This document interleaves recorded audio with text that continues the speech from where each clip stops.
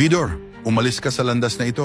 Ipinaliwanag ni Jesus, ang mga taong ito ay madalas na nagsisimba, ngunit ang kanilang mga puso ay puno ng kasinungalingan at puot. Kinikilala nila ang Diyos sa pamamagitan ng kanilang mga bibig, ngunit ang kanilang mga puso ay malayo sa Kanya. Tinanong ni Vidor si Jesus kung saan pupunta ang mga taong ito. Dinala siya ni Jesus sa dulo ng malawak na landas, kung saan maraming Kristiyano ang nahuhulog sa impyerno. Naghahangad sila ng pagsisisi, ngunit huli na ang lahat. Pagkatapos dinala siya ni Jesus sa pintuan ng langit, kung saan isang babae lamang ang pumapasok.